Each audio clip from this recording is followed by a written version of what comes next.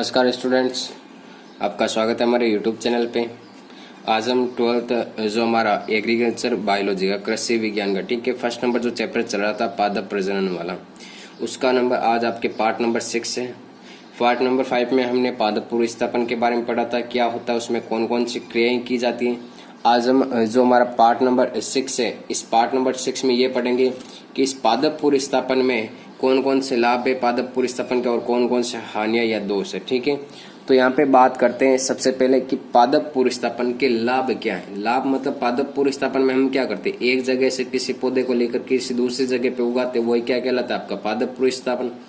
अब यहाँ पे एक पौधे को किसी दूसरी जगह पे उगाते तो उसका क्या लाभ है और उससे कौन सी हानियां हो सकती है, ये हमें क्या करना है, ध्यान में रखना है। ठीक है, तो लाभ में देखो सबसे पहले इसका लाभ पढ़ते हैं हम कि लाभ क्या क्या हो सकते हैं। तो लाभ में देखो अब सबसे पहले कि इससे नई फसलें प्राप्त की जाती हैं, नई फसलें प्राप्त की जाती हैं, प्राप्त की जाती है। ठीक है, सेकेंड नंबर लाभ क्या हो सकता है इसका कि इसमें बिना किसी चेन के, बिना चेन तथा बिना संकरण किए, कोई भी हमें संकरण भी नहीं करना पड़ता, बिना संकरण किए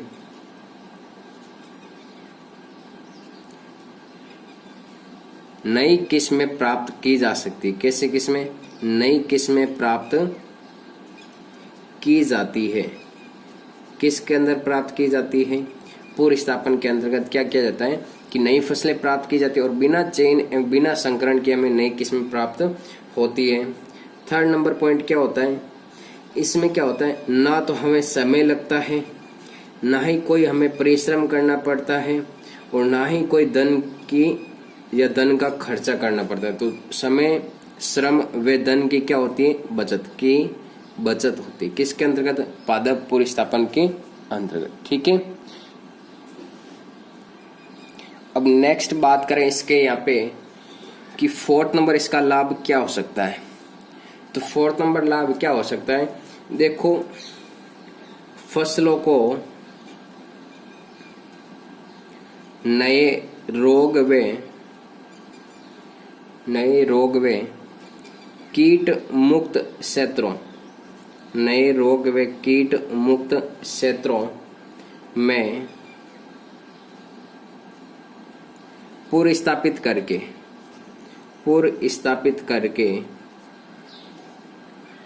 रक्षा की जा सकती है, रक्षा की जा सकती है। मान लो मेरे पास कोई भी ये स्थान है ए, यहाँ पे मान लो ये पौधा उग रहा है, कोई भी फर्स्ट नंबर ये पौधा उग रहा है यहाँ पे। ठीक है, इस पौधे मान लो यहाँ पे फर्स्ट स्थान पे क्या लगे हो, कोई कीट या कोई रोग लगा हुआ है। अगर मैं इस पौधे को किसी दूसरे स्थान पे, मान लो ये मेरे पास दूसरे स्थान पे ले गया मैं, तो ये रोग क्या हुआ, इस नए जो वातावरण है इस वातावरण में वो रोग क्या हो जाते हैं, नष्ट हो जाते हैं। तो क्या कर सकते हैं कि फसलों को नए रोग व कीट मुक्त क्षेत्रों में पूर्ण स्थापित करके इन पौधों की क्या कर सकते हैं, रक्षा कर सकते हैं।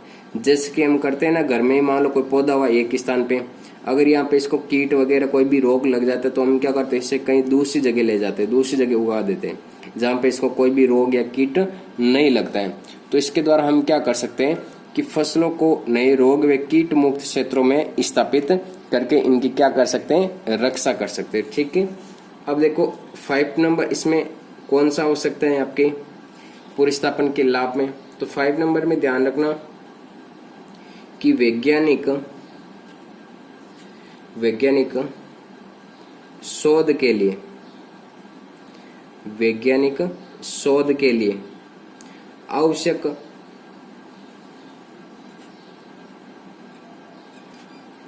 पादप प्रजातियां प्राप्त की जा सकती है, आवश्यक पादप प्रजातियां प्राप्त की जा सकती है,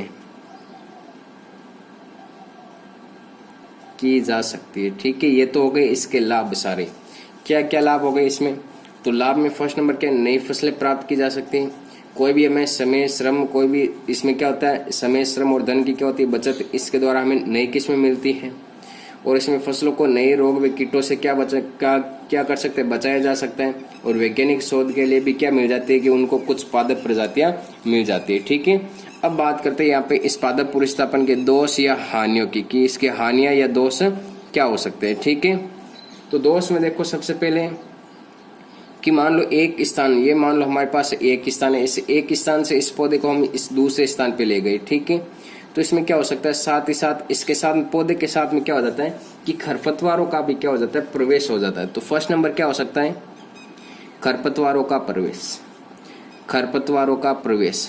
ठीक है, सेकेंड नंबर क्या हो सकता है, मान लो इसमें जो रोग लगा वो रोग यहीं पर भी हो, तो रोगों का भी क्या हो सकता है, प्रवेश हो सकता है। तो यहाँ पे क्या लिख सकते हैं कि नए रोग जनकों का प्रवेश, नए रोग जनकों का प्रवेश। ठीक है, और थर्ड नंबर पॉइंट देखो, इसमें हम क्या लिख सकते हैं कि अनिष्टकारी खरपतवार के रूप में फैल जाती है। खरपतवार होती है वो अनिष्टकारी के रूप में फैल जाती है। अनिष्टकारी खरपतवार मतलब जिसको कभी नष्ट नहीं किया जा सकता। ठीक है, ऐसी खरपतवार क्या हो जाती है, वहां पे फैल जाती है। अगर एक बार हटा देते हैं तो दूसरी बार वापिस वो उग जाती है वहां पे खरपतवार। ठीक है, और फोर्थ नंबर में क्या होता है यहाँ पे कि पारिस्थितिक संतुलन भी बिगड़ सकता है। क्या हो सकता है कि पारिस्थितिक संतुलन भी बिगड़ सकता है, पारिस्थितिक संतुलन भी बिगड़ सकता है। ये आपको क्या करना है, ध्यान में रखना इसके लाभ और हानियां। ठीक है, योग्य पादप प्रतिस्थापन की लाभ और हानियां। अब नेक्स्ट हमारी जो हेडिंग आती है वो होती है कि पादप प्रतिस्थापन से हमें कौन कौन सी किस्में प्राप्त हुई है। तो पादप प्रतिस्थापन की उपलब्धियां, पादप प्रतिस्थापन की उपलब्धियां, उन्हें क्या बोलते हैं, पादप प्रतिस्थापन की उपलब्धियां बोलते हैं। उपलब्धियां मतलब क्या होता है यहाँ पे कि पादप प्रतिस्थापन के हमें द्वारा कौन कौन सी किस्में प्राप्त हुई, नई किस्में कौन कौन सी मिली। तो यहाँ पे हम लाभ में देख रहे हैं ना कि नई फसलें प्राप्त होती है, नई किस्में प्राप्त होती है। तो कौन कौन सी हमें नई किस्में प्राप्त हुई है वो हमें यहाँ पे क्या करना है, पढ़ना है। ठीक है, तो नई फसलें सबसे पहले देखते हैं कि नई फसलें कौन कौन सी मिली हमें।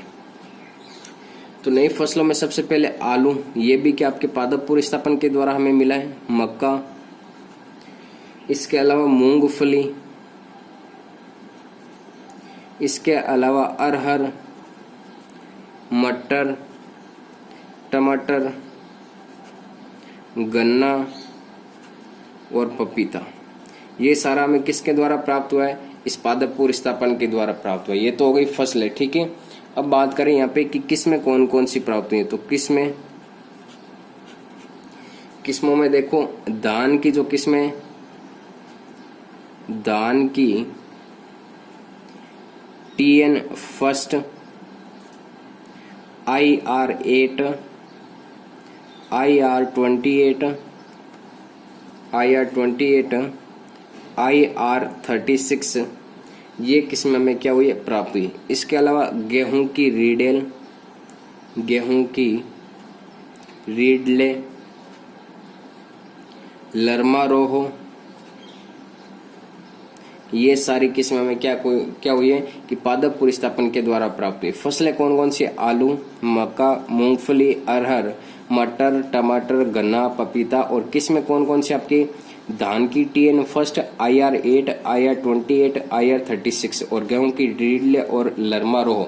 ये सारी फसलें हमें किसके द्वारा प्राप्त हुई, पादप प्रतिस्थापन के द्वारा प्राप्त हुई है। ठीक है, तो ये तो हो गया यहाँ पे पादप प्रतिस्थापन वाला टॉपिक आपके क्या होता है, कंप्लीट। नेक्स्ट बात करते हैं यहाँ पे कि पुनरुत्पादन क्या होता है। नेक्स्ट बात करते हैं पुनरुत्पादन की, कि पुनरुत्पादन क्या होता है। नेक्स्ट जो हमारी हेडिंग है वो है पुनरुत्पादन।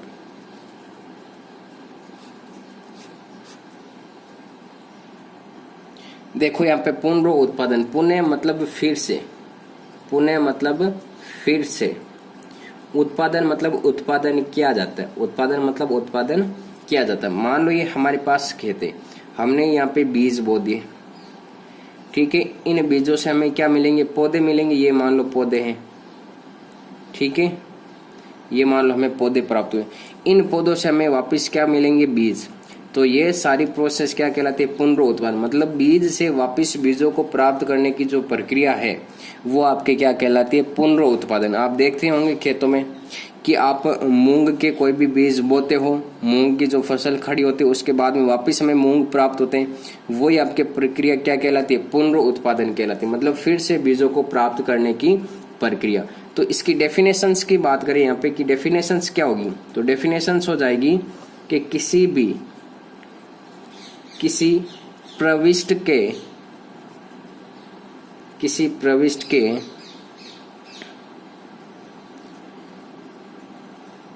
बीजों को खेत में उगाने तथा इन पौधों से नए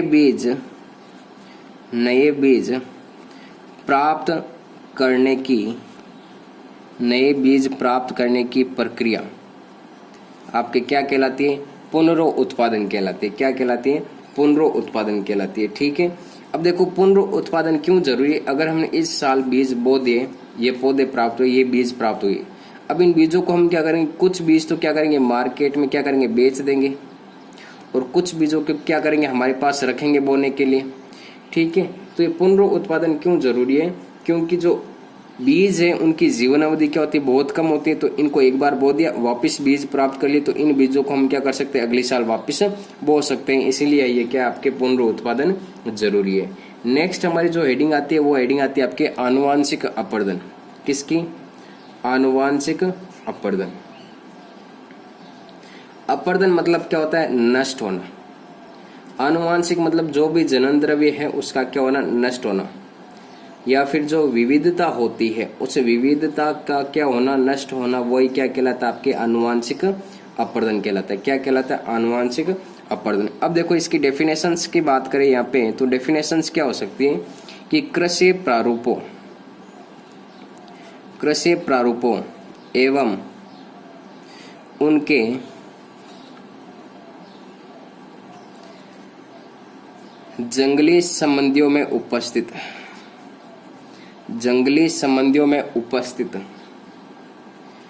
विविधता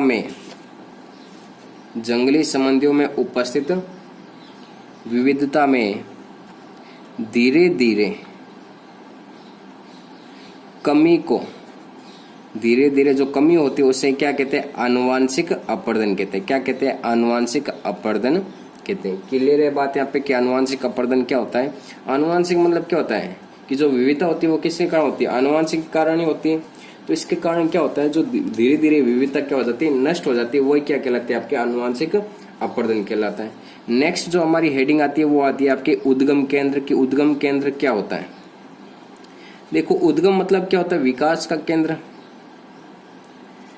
तो किसी भी फसल प्रजाति की उत्पत्ति कहाँ पे हुई है वही आपके क्या कहलाता है? उसका उद्गम केंद्र। कुछ उद्गम केंद्र आपकी बुक्स में दिए गए, आप उनको देख सकते हैं। यहाँ पे देखो उद्गम केंद्र में क्या क्या है कि चीन है। चीन में कौन कौन सी फसल की उद्गम केंद्र माना जाता है? सोयाबीन का, मूली का और बैंगन का उद्गम केंद्र कहाँ पे? चीन। मतलब इनकी उत्पत्ति कहाँ पे हुई? आपके चीन में हुई है। ठीक है, कहाँ पे हुई है? चीन में हुई है। दान है अरहर, चना, लोबियो, मूंग, गन्ना, काली मिर्च, आम, हल्दी, केला, इनकी उत्पत्ति कहाँ पे हुई? भारत में मानी जाती है। ये आपको याद रखना है। ठीक है, एग्जाम में पूछ सकता है।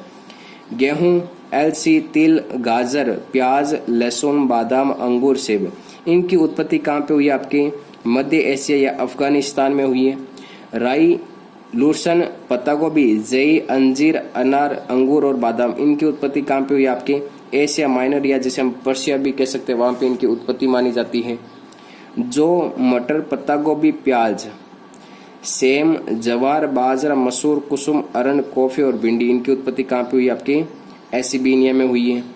मक्का, राजमा, सेम, शकरकंद, तरबूज, खरबूज, मिर्च, पपीता, अमरूद, इनकी उत्पत्ति कहाँ पे हुई? आपके मध्य अमेरिका या जिसे क्या कह सकते हैं? मैक्सिको। और दक्षिण अमेरिका में उत्पत्ति किस किस की हुई है? आपके आलू की, मक्का, मूंगफली, अनानास, टमाटर, तंबाकू और रबर। ठीक है, इस प्रकार ये आपको उद्गम केंद्र याद करने की इनकी उत्पत्ति कहाँ पे हुई ये आपको एग्जाम में पूछ सकता है। ठीक है, अब देखो उद्गम केंद्र आपके दो प्रकार के होते हैं। कितने प्रकार के होते हैं ये उद्गम केंद्र? दो प्रकार के।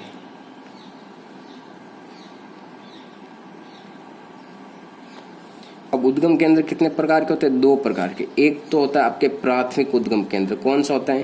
प्राथमिक। एक होता है द्वितीयक उद्गम केंद्र। प्राथमिक मतलब वो उद्गम केंद्र जिसकी उत्पत्ति पहली बार जहां से हुई है वो आपके प्राथमिक उद्गम केंद्र, और वापिस दूसरी बार उस फसल को कहां पे देखा गया वो क्या कहलाता है? उसका द्वितीयक उद्गम केंद्र। जैसे कि मान लो आलू है, इस आलू की उत्पत्ति मान लो कहां पे हुई? भारत में। तो फर्स्ट बार इसकी जो उत्पत्ति कहां पे हुई? भारत में। तो इसका प्राथमिक उद्गम केंद्र क्या हो जाएगा? भारत में। और दूसरी बार इसको मान लो अमेरिका में देखा गया, तो इसका द्वितीयक उद्गम केंद्र कहां पे हो जाएगा? आपके अमेरिका।